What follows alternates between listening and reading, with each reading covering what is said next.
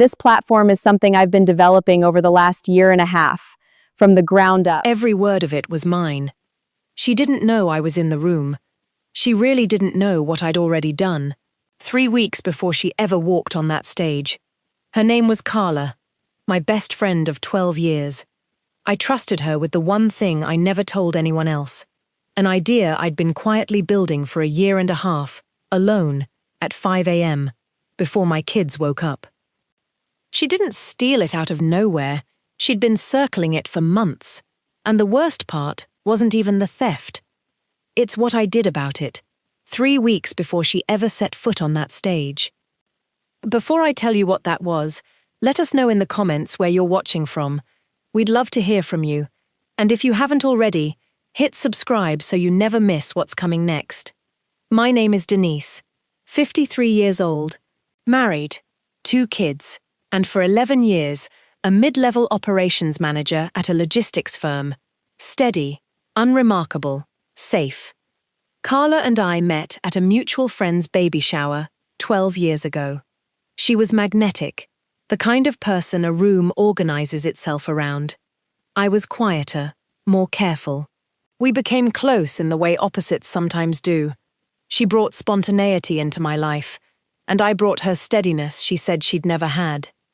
18 months ago, I had an idea, a subscription logistics platform for small independent retailers, something I understood intimately, from a decade inside the industry, something none of the big players had built well yet. I told exactly one person, Carla. Over the following year, I built the entire business plan myself. Nights, weekends, hidden away in a notes app so my own husband barely knew how far along it was. I wanted it airtight before I showed it to anyone. Carla asked about it constantly. Casual questions at first. How's the idea coming? What's the market size? Who's your target customer? I answered honestly, the way you do with someone you've trusted for over a decade.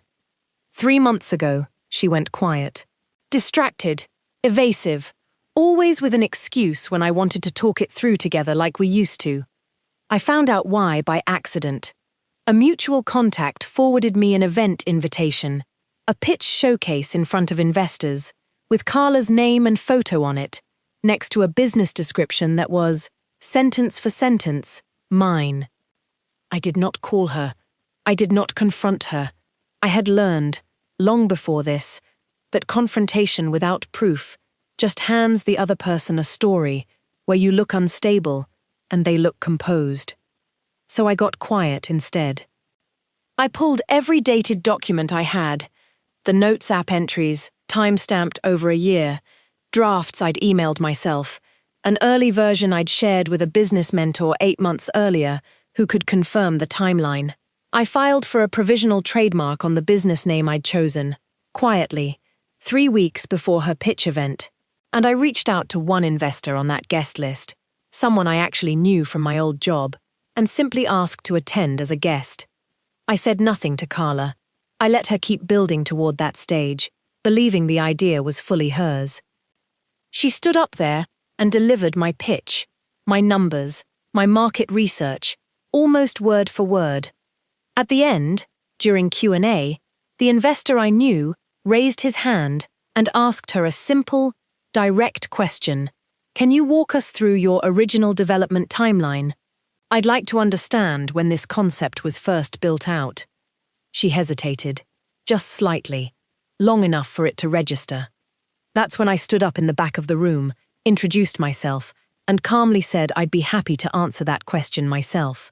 Since I had the dated documentation with me, I didn't raise my voice. I didn't need to. The room did the rest. Carla and I are not friends anymore. That part isn't a twist. Some things really do end, and this was one of them. But here's what people don't expect. I didn't do it to humiliate her.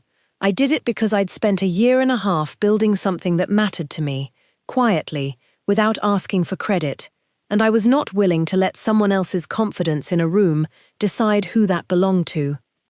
The trademark held. The idea is mine, moving forward, on my own terms, at my own pace. If there's one thing I hope you take from this, Protecting what you've built isn't bitterness.